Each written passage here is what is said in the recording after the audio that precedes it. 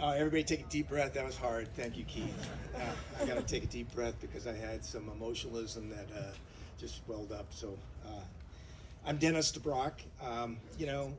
Thinking about what to say about Scott as a friend is really hard. It's not because there's not enough material. It's there's too much. It's hard because you don't believe he's not just around the corner with a bemused smile and he's going to pop out in a moment. And for me, when I take that sober, somber moment and reflect on things, it really has some of the emotionalism that was there. But then there's so much to celebrate by Scott. And that's kind of where I'm going to go. And that's also tying in, frankly, a lot of the comments that have already been made.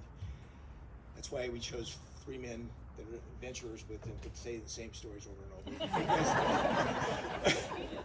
He was unique, as we said. He lived life out loud, and he was my best friend, which we've already talked about. Everybody says that, and I'm going to miss him terribly.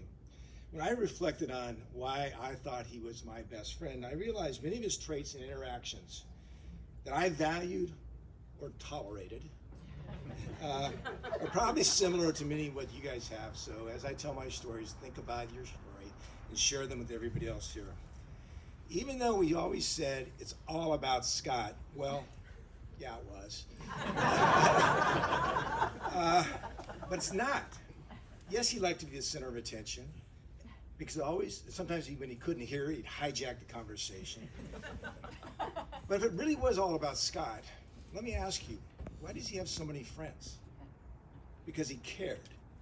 He worked hard to keep in touch with you. He reached out to support you. He was there when you needed a friend. And yes, he could be judgmental, but you could be judgmental right back to him. And he liked that. And for me, importantly, what I realized, the comment's been made, he was fun. He made me laugh out loud. I just think of him and I laugh sometimes, the things that I've been with him. Scott is what I refer to as an insistent instigator, and this has already come up repeatedly in the comments that have been made. Insistent instigator is he would insist you do something. He would insist he knew better than you did what was good for you. He would insist that you would have fun because he was having fun. And then he would instigate the activity, and we'd all go along with it, and we'd be glad we did. So some of you, I know, went to his 60th birthday party. Right here. Okay? How many of you thought that you were really going to go dress up in a toga at a college frat themed thing, go and have fun? Well, we all did. Okay. Maybe he was my friend because he's unique and different than me. It's been pointed out that my approach to life is maybe coloring within the lines. I didn't take, look what I'm dressed at. But Scott loved to color and scribble and spray paint outside the lines. And I think that's one of the reasons he attracted me. And I know why a lot of us could live vicariously through him and his goofiness. And he often called himself goofy too. So I'm not just I met Scott in 1994 when I joined Fenwick and West. And that's when he cemented a friendship that started for the rest of the time, because I became head of the corporate group pretty early on. And Scott came to me often and said, "What can I do to help you?" And he was just gracious. I mean, he really meant it. And he really did help. And it wasn't something that just a normal work colleague did. Scott was unselfish. Yes, you heard me say Scott Spector is unselfish. At least when you think about his practice, he gave himself willingly to everybody. He was a service partner to clients. He built a huge practice that was world class. He mentored associates better than anybody. He was unselfish, even though it was all about Scott at times. Well, conversations with Scott, I remember him busting into my office repeatedly, ranting and raving, and raging about so-and-so and why they doing this. I'm never going to work for them again. And I learned to sit back, watch, wait. Pretty soon, I'm just a jerk. Or worse. And he'd laugh. And I don't know, I learned that, sometimes Scott didn't need to have a conversation back with you. So we've all talked about adventures. And we've said it, he loved big, bold adventures. He liked being part of the scene, not just being there. And we talked about Grand Canyon rafting, heli skiing, running with the bulls, Olympics, Tour de France, mountain climbing, marathons. How many of you have done like one or two of those things? For me, my venture was skiing with Scott, and as Gordy said, there was others who joined us that are here. And we started in the mid to late 90s going every year for an annual trip to Aspen, Vail, and then he centered on going to Whistler, where Wendy here is there. In the last couple of years, he's gone to Aspen a couple times and spent weeks. With Bonnie. I know that without Scott, I doubt I would have kept skiing. I know without Scott, I would have not done the train I did. And I know I would definitely not become the better skier that I became. And right now I'm at a loss of how I continue the goal the two of us had to ski until we're really old men. I told him he already was.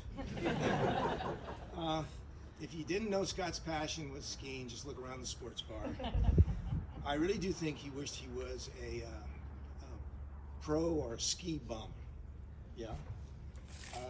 After all, all you have to do is look at the stories of Lindsey Vonn and Julia Mancuso. And Take the boost straight. And always what he did so he could ski more slopes, get the best snow, cut lines so he could look important, would get a guide. And it was always a woman guide. And who he became friends with, her and her family. And I'm just going to say that we have two guides here today, Aspen and Whistler, and that's a testament to Scott being a friend.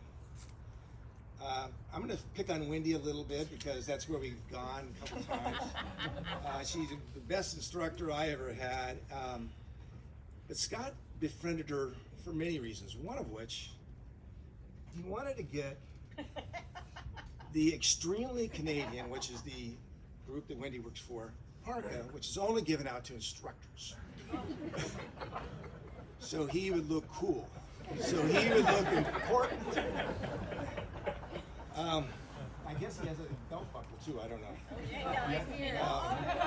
The belt buckle, okay, Wendy. He's got a belt buckle. Nobody's got the belt buckle. So as already been said, it wasn't just the skiing, it was the whole fabric of this experience that's been repeated by the rest here. And yes, he would do it. He'd tell me what flight to book, he'd rent the car, he'd make the reservations for lunch and dinner. He did everything, including telling me what skis to put on, which I relied to, what store to go to, and he negotiated ski passes for me.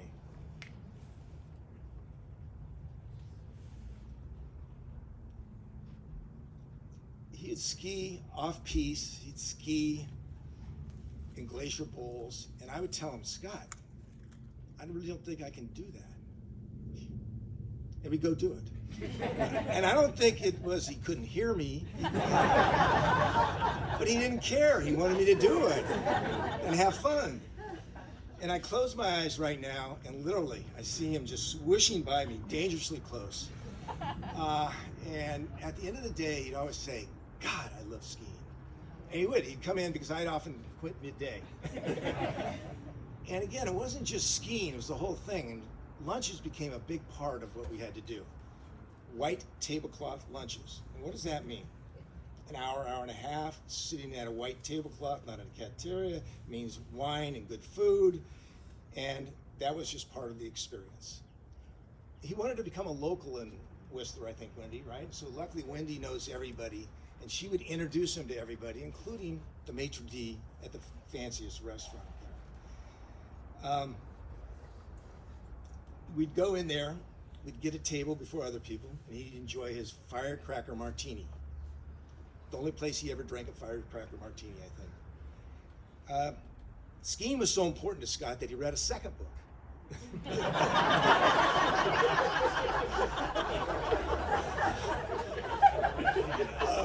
It was on ski towns and ski bums, and he thought it was such a great book that he bought 2 copies. Powder days. It's called powder days. Well, okay, I'm not advertised. Because he gave a copy to Gordy, he gave a copy to me. You gave a copy to me. Okay. Great. All right, he spread it around. He's the whole distribution is 3 of us. And he'd call me up and say, have you read it yet? Yeah. And he just kept badgering me. And finally, I read the book, and it really wasn't a very good book. But I knew exactly why Scott loved it. Scott was living the life of a ski bum, and this book was about ski bums and being a local. But now Scott had become a ski bum and local, but he was now one that could afford a ski guide, white tablecloth, lunch and dinner, a maitre d' that knew his name, gave him the best table, and he wore his extremely Canadian. It was all about being local and being known. And I got to go along with the big man on the mountain, enjoy the perks. I'm going to skip over a dancing scene right now. We'll talk about that later. There's a lot of those, but I'm going to talk about Croatia where Keith, Holly, Keith's son, Holly, Stephanie, and Melanie and I went for celebrating Scott. Nancy. Yeah, I'm looking at my wife. I'm sorry. Celebrated his 70th birthday. Nancy coined the phrase 70 days of celebrating 70. We were dancing on the deck every night, and we're gonna have some props come up here. Why don't you show me with Elton John flashing glasses? We'd all put them on, they'd be flashing, and then we'd dance like we were Scott. Good job.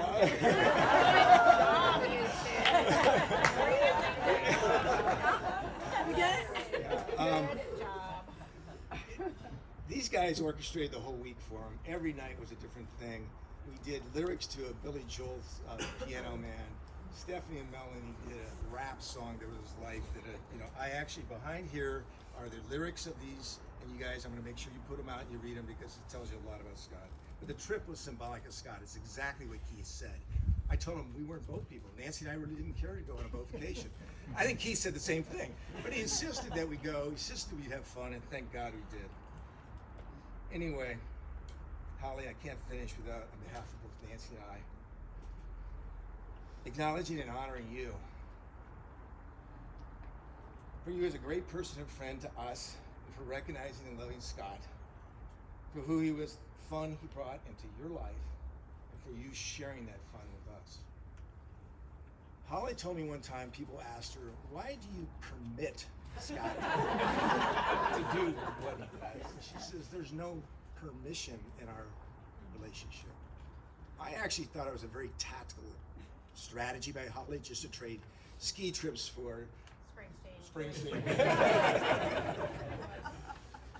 So when I met Scott and Holly, they had two young girls. We had two young kids, and I got to know Melanie and Stephanie through some of these adventures and see them go from being girls to women. I know everybody refers to the girls, sorry about that. Sorry, girls. And we want to be part of your lives going forward. Holly, Nancy, I love you and value your friendship, and we'll be with you. God bless you.